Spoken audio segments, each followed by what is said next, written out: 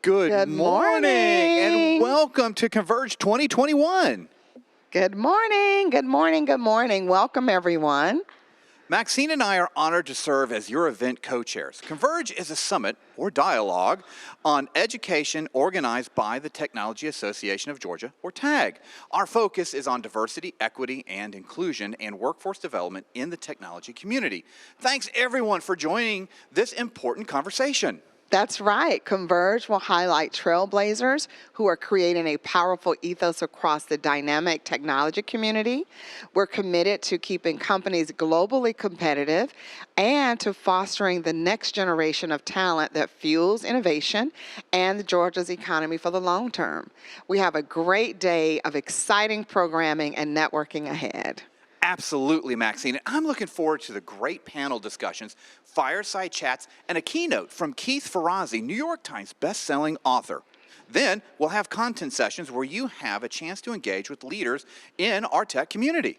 Adam, and don't forget that we are celebrating TAG's Diversity, Equity, and Inclusion Leadership Awards. We are recognizing individuals and companies who have demonstrated exceptional efforts to advance diversity and inclusion within their organizations. These are leaders who embrace the excellence of all employees and achieve positive outcomes in both the workplace and the community. I cannot wait to find out who the winners are. Well, let's get started. I would like to invite Larry Williams, President and CEO of TAG, to join us on the stage.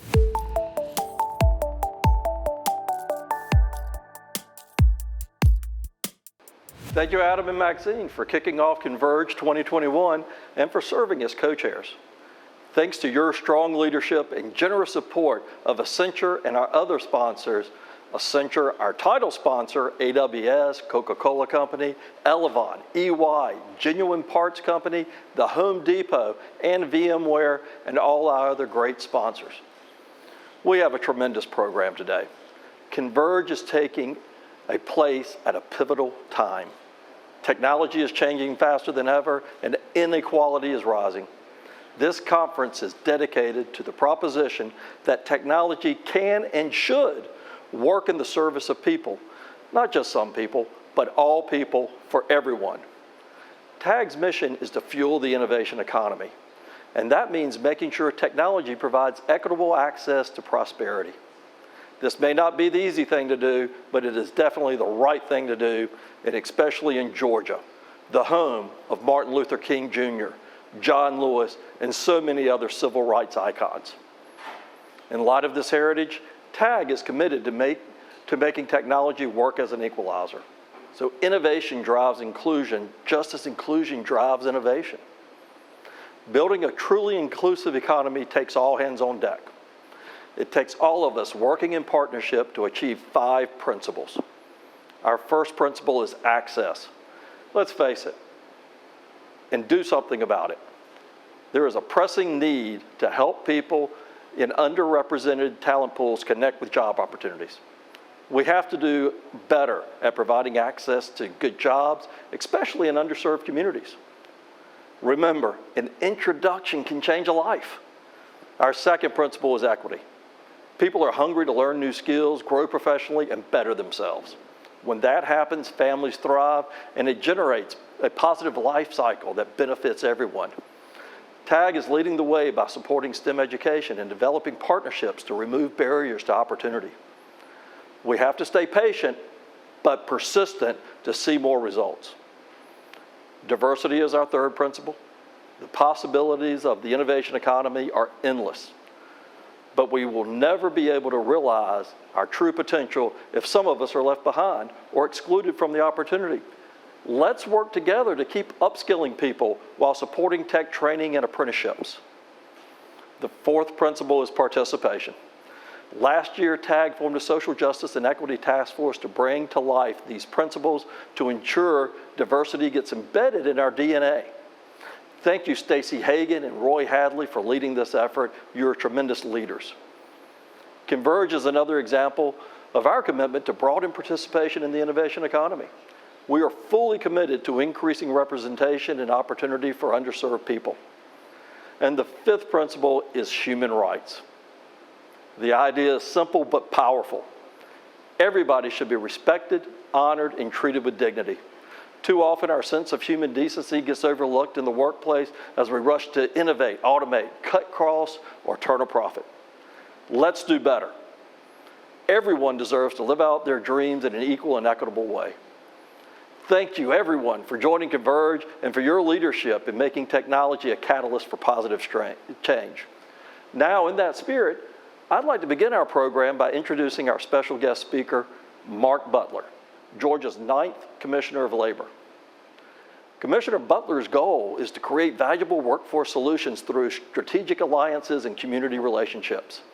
During his 10-plus years in office, he has led many programs to create an effective and inclusive workforce for the future. One of these is Georgia Best, a high school-based certificate program. I look forward to hearing more about this program and other innovative efforts led by Georgia Labor Commissioner's Office. Thank you, Mark, for joining Converge this morning. It's an honor to have you here for this conversation.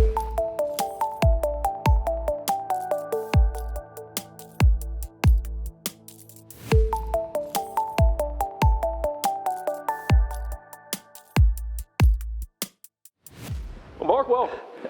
Thanks for having me. Well, Mark, let's get this thing kicked off. As I mentioned in the introduction, you're doing so many positive things, and you're really looking forward into a lot of the areas that really drive innovation, and that's our workforce. And you know better than anyone what the demand for the workforce is today. And you know, today our tech businesses are having a hard time hiring talent, and they're experiencing a shortage of supplies they need to grow and create jobs. Tell us about, what's the landscape for employment in Georgia today? Well, the landscape is really good for employment if you're the job seeker. Right now, what we're experiencing is we don't have as many job seekers as what we would like to see. And there's several reasons for that. It's not because we don't have jobs. Right now, we have an online job system like a lot of people have. And right now, we're seeing a record number of jobs being listed right now, more than we've ever seen at any given time period. However, the number of individuals who are actually looking for work is actually down by about 35 to 40,000 people from where it was pre-pandemic. However, our employment numbers are back up to where they were pre-pandemic. That's why we have our lowest unemployment rate that we've had in the history of the state, 3.2%. And people say, well, where are all those workers that are missing? Where are the ones that are searching for work? And one of the things that we've been looking at, and now, I think an article just came out this past weekend where there was a study done recently, and I was hoping this was going to come out because this has been my guess, and now I've got somebody in academia backing me up. But we saw a lot of baby boomers. Everybody's been saying, when are the baby boomers? When are they going to leave the workforce? What's going to happen? And that process got accelerated by the pandemic. Right. And you could have easily seen 2.5, 3 years worth of retirements happen in a year's time. Wow. And those workers are not coming back. Or if they do, it may be sometime down the road. Someone may decide, you know what? I'm getting kind of bored. Maybe I'd come back and do a little part-time. Yeah. But those full-time workers are not coming back, most likely, which, that's going to be very hard to make up because, we can create jobs, and the state's done a great job of doing that. You take a look at a lot of the announcements we've had lately. That's right. We got, a chip manufacturer coming here, a lot of high-tech jobs, and, there's a lot of stuff out there in the pipeline. And so, we know that we're making a lot of moves in the high-tech arena, and I think you're going to see even more of those in the future. And so right now, we have really got to be laser-focused on creating, a better trained and a better prepared workforce. And right now, we have all the tools in place to do that. Never before have I seen this much money sitting out there ready to be used for training. You're talking, it's not just millions of dollars or even tens of millions of dollars. You're talking hundreds of millions, if not billions, are sitting out there right now available, not only to help our technical colleges and universities, but also the private sector too. So I think right now we do have a tremendous opportunity to really lift some people up and some opportunities to help some individuals who have not been able to get that training or afford that training. Right now is the time. That's great. So there is a rainbow, there's a pot of gold, there's something for us to aim for, which is interesting. Mark, you've been a part of this evolution in Georgia, how we've really become, as I say, not only a technology hub in the United States, but we're really a global center for innovation. And people really do think of us this way. But that whole evolution over the decade and where we are today and the end of 2021, how do you see that rolling over into 2022? So a little crystal ball work here. What's your forecast? You know, well, the good news in the tech sector is you're probably going to see jobs in the tech sector probably grow at roughly twice the rate of everybody else. You know, which is good if you're one of those individuals looking for work. You know, however, if you're one of those businesses, this is where and my crystal ball is a little bit different than it used to be. I was looking at job creation, things like that. And now I'm like, okay, we've got those jobs sitting out there. So let's take a look at the employer side. What's going to happen there? And I would say that inflation is going to be an issue we're going to have to deal with. In which there's a lot of things you can do with that. And when I talk about inflation, I'm not just talking about at the grocery store. I'm talking about what it's going to cost you as a business and competitive. And that's why I think one of the probably side effects of the pandemic that's going to be a positive, which is very few positives that came out of the pandemic, but one positive that did come out was that a lot of businesses who may have been hesitant or not sure about the whole work at home, the telework, well, now they know. And they've seen the evidence. They've seen if it works for them, if it doesn't work for them. And I think that's going to be a positive. And I think that's going to help some businesses because now you can broaden your reach for talent. You're not just let's say if you're, we're right here in, Buckhead right now. And so let's say your business is located here and you're really desperate for programmers or different, tech specialties. Now, hopefully you're in one of those pots where you can say, what, I don't have to look right here. I don't have to look, 10 miles out. I don't have to look 20 miles out. I can maybe look 50, 60, 80 miles out. That really expands your reach. And also, there's a lot of individuals who might, I'm not devaluing their skills, but they might take less money if they don't have to make that. Like for example, myself, I make that hour drive in every day, and that's 2 hours of work that I'm not getting, because you can't work and drive at the same time unless you've got one of these self-driving cars, so who knows.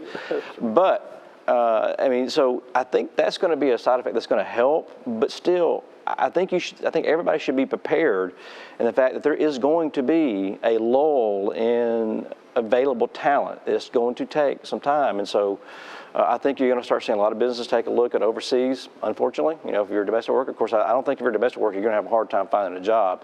But if you're going to expand, I think there's going to be definitely a lull because when you see a big drop in the workforce like we've seen, which is dramatic, you cannot make that up in a few months. You're talking, frankly, years. That's very interesting because we described it as, every organization, you probably have one too, was going through some form of a digital transformation. And when the pandemic hit, it became digital acceleration. It was like, remember all those plans that you had? Go, go, go. You have CIOs and everybody were like, okay, all of a sudden we got the green light. And that was very important. And so, it has impacted. The pandemic has impacted, and more work from home has impacted the job and training of the workforce.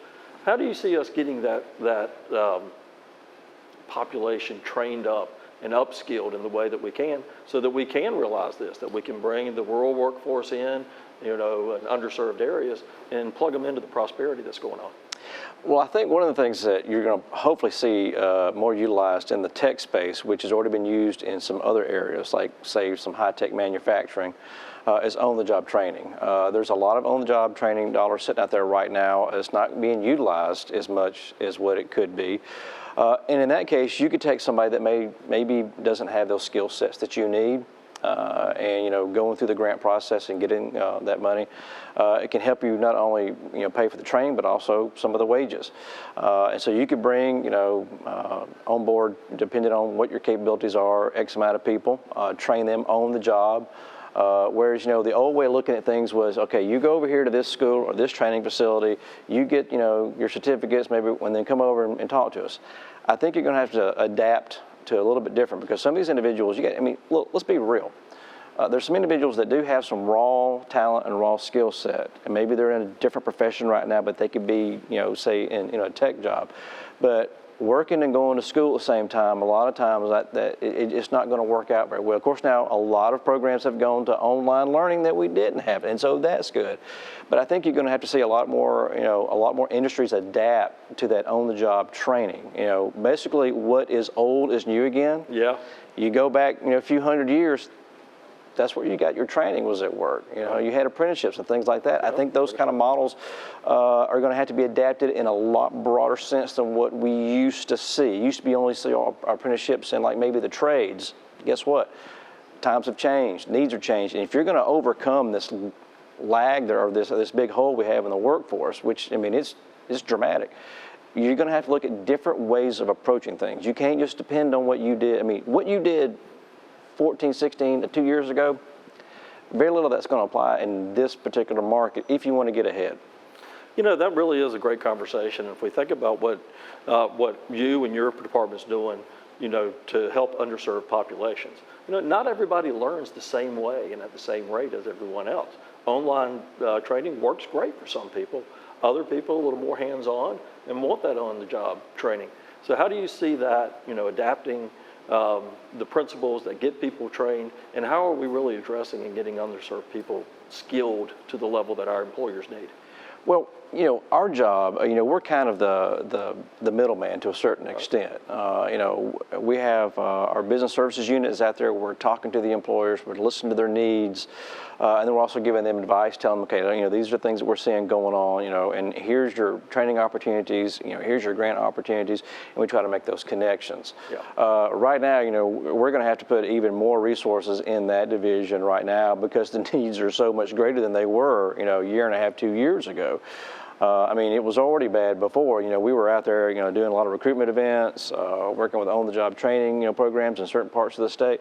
And right now, that need is so much greater, and we have to, we've got to make that happen because, if we don't, employers are going to keep leaning on the old ways of doing things, which is, okay, maybe if we pay them more, we'll get more. And right now, that's become kind of a zero-sum game. And I tell people, if you want to see what's going on pretty much across, all sectors, take a look at the healthcare sector and what they've been dealing with for, say, the last, 20, 25 years. Yep. You have nursing shortages, which have been a nursing shortage, and it's been a workforce issue because you don't have enough bandwidth to train as many as the need is.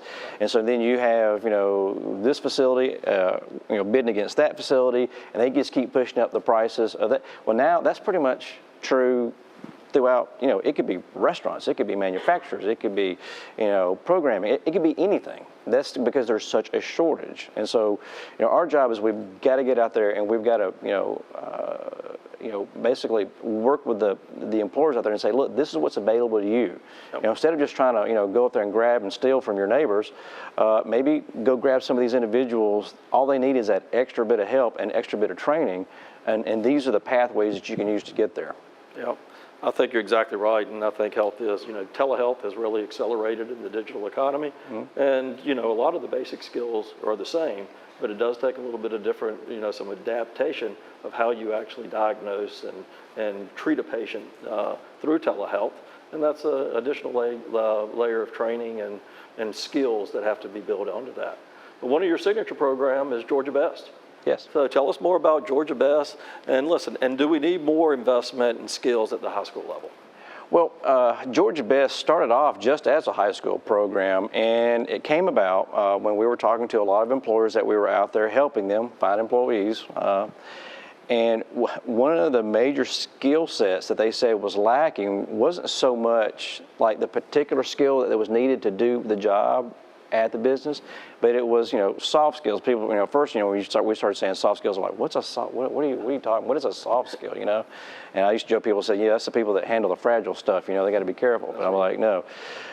Soft skills are those basic things like you and I grew up with that our parents taught us. Things like, showing up on time, be respectful to others, I mean, the basic skills, just, I call it good manners, or my grandfather would call it common sense, and so we looked at that, and after an exhaustive time of talking to different employers around the state, gathering information, we started working with some educators and also in higher education, and we have developed a platform, you could say, or an educational, add-on that we've got, hundreds of schools are now participating in to help, teach, our young people these soft skills that are needed for them to be successful. A lot of times you show up with the right kind of attitude, things like that, employers will want to hire you because you've got those soft skills. You may not have the training, but if you've got those soft skills, they go, that person's trainable, let's hire them. Right. And that program since has evolved into going into, some employers have used it to help upskill their own employees that may have some issues there.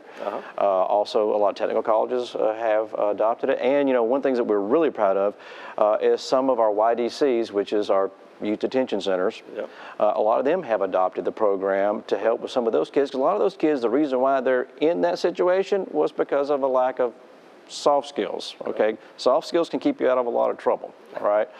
And so, we're seeing it being adopted, and we're very proud of that program. It also goes hand in hand with another program that doesn't get talked about enough, which is Jobs for Georgia Graduates, and that's something that a lot of employers could be taking a look at right now. It's a program where we work with certain schools. We don't have very many right now. It's a little over 20 schools. And we target kids who are most likely to be dropouts. We don't want them to drop out. That's very expensive for the community, very expensive for the state. And so we have counselors that work with them. And that not only are they working with them with the soft skills, but also certain life problems. Maybe they don't have anybody they can go to right now for those simple questions about how to do things and keep them out of trouble, and also keep them on a path and give them encouragement. And you'd be surprised what an effect that has. I mean, every one of these kids that we keep from dropping out, I mean, that saves hundreds of thousands of dollars to the state. And most of these kids are going on to, either technical college, four-year college, military service, or some of them are getting plugged right away into a job and getting that on-the-job training, and are doing very well. Yeah, that's so great, and I'm glad you mentioned your work with the youth detention centers, because that also, helps with the recidivism. Keeping them out of there, giving them, hope. And I get excited about it because, especially in the technology jobs, these are not just jobs, these are career paths. Yes. You can start in an area and you can really see a pathway to having a successful, getting those promotions, working your way up, and to having a very, very successful career. And to me, that's very exciting. That to me is empowering to an individual, especially whenever they can start to connect those dots. And when we talk about technology jobs, it's not just software, engineers or programmers. I mean, these are everything from, people doing diagnostics, people making sure that, the right cabling is put in place, that, we're installing the modems, getting into the physical world, robotics and other things. All of this a part of it, all the way up to, the highest level cybersecurity and data science analytics. All of these are part of that ecosystem, and again provides those great career paths that people can have. And so that is certainly exciting. Well, don't forget, it's also teaching people our age how to use all this. Yeah, well, there's actually a whole, as everybody went home, there's actually a business of let's go teach our CEO how to Zoom. I have learned a lot in the last year and a half. But and I just wanted to comment on soft skills as well, because there's sort of a career path with that as well. So as people move into management, it's, I tell people at some point you're going to have to get in that conference room with your peers and advocate for your ideas, for your priorities, for your budget, that you want to be able to progress all those things. And that's a form of soft skills and leadership that you have to develop as well. And that becomes a layer of those soft skills and throughout our careers and things that we are constantly enhancing. Even at our level, we're always talking about leadership and how to do better. Let's talk about broadband. Universal broadband. It's important for our equitable job growth. You've mentioned, we've talked about telehealth, online opportunities. What is the state doing to increase access to broadband, especially in underserved areas? And underserved areas aren't just rural. There are urban areas that are underserved as well. Well, I mean, that gets kind of into the Department of Community Affairs. I am up to speed a little bit on what they're doing, but there is a lot, again, it goes back to that training. Yeah. There's also a lot of money sitting around right now to help with broadband. I know a lot of communities out right now are putting together plans, putting together bids to do that, and that kind of rolls back up into everything we've been talking about. I actually was familiar with a company years ago that I got to know, it's almost 10 years ago, called, I'm not really plugging anybody, so just, but it was called, their name was called Rural Sourcing, and their whole idea was, we're going to try to compete with the overseas companies, and how we're going to do that is we're going to hire people who live, in the more rural areas, and so one of the things that helps with that is, well, you've got to have good broadband in all these different places, and maybe it goes back to that, you might can pay somebody a little bit less that lives in a more rural area because the cost of living is generally a whole lot less. I mean, I know for a fact that I live 50 miles west from here, and things out my way don't cost the same as they do downtown Atlanta. Of course now they're here lately with inflation starting to feel like it is, but still, I mean, I think that's going to be one of those things that, the more those types of things are available, I think it really helps out because, not everybody wants to, to live in the hustle and bustle of a metro area. Some people would rather have, a yard, or just, be in a different type of situation. And I think that, it's all about that evolution. And I think that's, again, another one of those side effects from the pandemic that has really started to push that. And so I think right now, we've been talking about broadband in rural areas. We've been talking about it, but now I feel like we have hit that moment where something's going to get done. I really feel like that. The money's there, the will's there, the plans are in motion. I've seen several of them myself, talk to communities that are working on them. And so all that's to come. But again, here we go again. Let's talk about the workforce. You've got to have the people with the technical expertise to get that stuff rolling.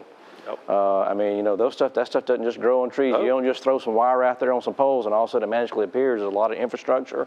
So there's going to be a lot of jobs created in that field right there, all over the state. And that's going to be another challenge too. Yeah, it really is. Well, I'll plug Monty at Rural Sourcing. He's a good friend. They do a really good job. So, you're exactly right. We've got to have that foundation. I was in another market I worked in years ago. They went very quickly to get digital textbooks in their schools. And finally, somebody realized and put the time out on it and said, we don't have the broadband to support it. Right.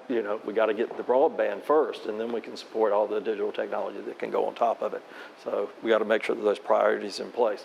You brought the conversation back to the workforce. So let's go back. So what skills are needed most in the job market of tomorrow, and what's the state doing to fill this skills gap? Well, here's the thing. The state, we've done a great job putting together training programs. We have probably the best technical college system in the nation, and I'm not just saying that because I'm here in Georgia. I mean, I talk to a lot of my counterparts around the nation, and they're very jealous of what we have here. I mean, it's one of the reasons why we do so well in economic development. Our problem right now is that pipeline of talent to fill into those training programs. And so really it's going to come back to that, I tell everybody, economic development is K through 12. It is K through 12. That's right. And so now we've got to really lean on our K through 12. I think we need to get more programs like, Georgia Best into all the schools, Jobs for Georgia Graduates, programs like that, which also Community in Schools also is another program that's very similar. To make sure that we have more kids and get them interested, and also pathway programs. Right. We've got to start training. I mean, because quite frankly, a lot of these jobs, you could actually have the training, in high school, and they could go right out of high school in a lot of cases and go right into some of these jobs and make very good, very good wages. Yeah. And I think there's going to be an acceleration on that because of the big issue we're having right now with the lack of actual bodies in the workforce. Yeah. I mean, you can't clone people yet. Yeah. Let's hope we don't get there. But, I mean, this is a very, very hard problem right now. Mm-hmm. I mean, you can create all the training programs, all that's sitting out there, but you've got to have those bodies. And so I think you're going to have to get way outside the box of what we're normally used to operating in. I think we're going to have to take a look at some possibility of saying, okay, look, there's a population over here we think we can train for these types of jobs. However, it's going to take X amount of time to train. how are we going to sustain those individuals while they're doing this training? Because you've got to have money to pay the bills, right? Right. Yep. And so I think you're going to start seeing more ideas pop up. I hope. I mean, we have some ideas that we've passed along about saying, you know what, how about some subsidies of some of this money to pay them some type of learning wage while they're also getting, trained, but also on-the-job training. Those types of things are what we really got to lean on. We really frame it up because we hear this from employers, from hiring managers, from HR departments all the time. And we, do frame it up as the future workforce, thinking about K through 12, STEM education. We've been good partners and we appreciate the support on things like making sure that computer programming is being offered in every high school in Georgia by 2025.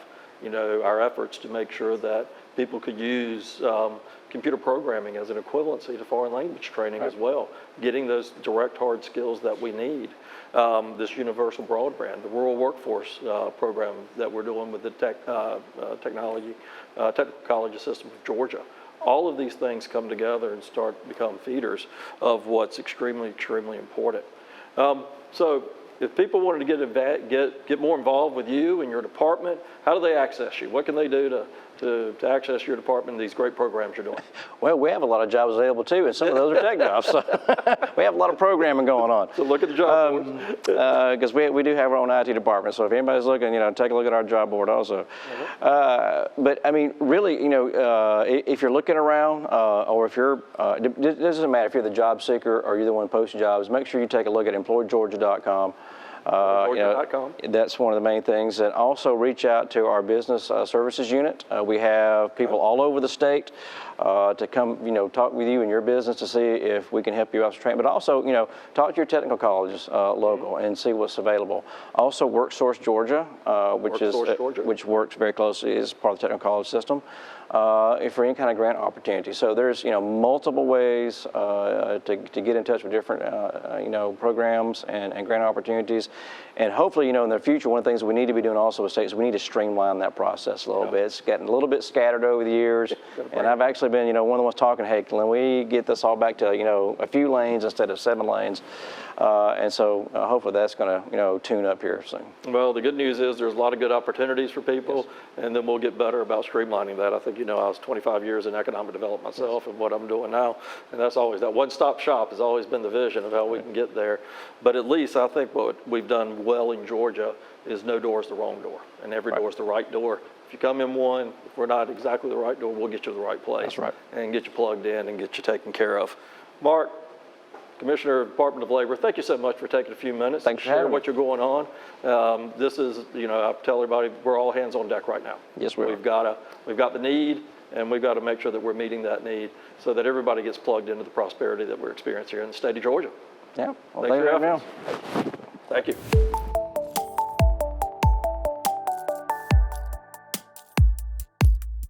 What a great way to start the morning, talking about the workforce in Georgia. I agree, and there's more to come, much more. In about 15 minutes, we're going to have our first content sessions. Please take a break for a few minutes and then go to one of the stages to hear more from our experts. Our morning content sessions include inclusion, driving innovation, perspectives from the CIO, tackling unconscious bias, creating education to workforce pipeline, and moving DE&I forward with the use of technology. Excellent. Following the sessions, please take a lunch break, and we will see you back at 1 p.m. for our afternoon program.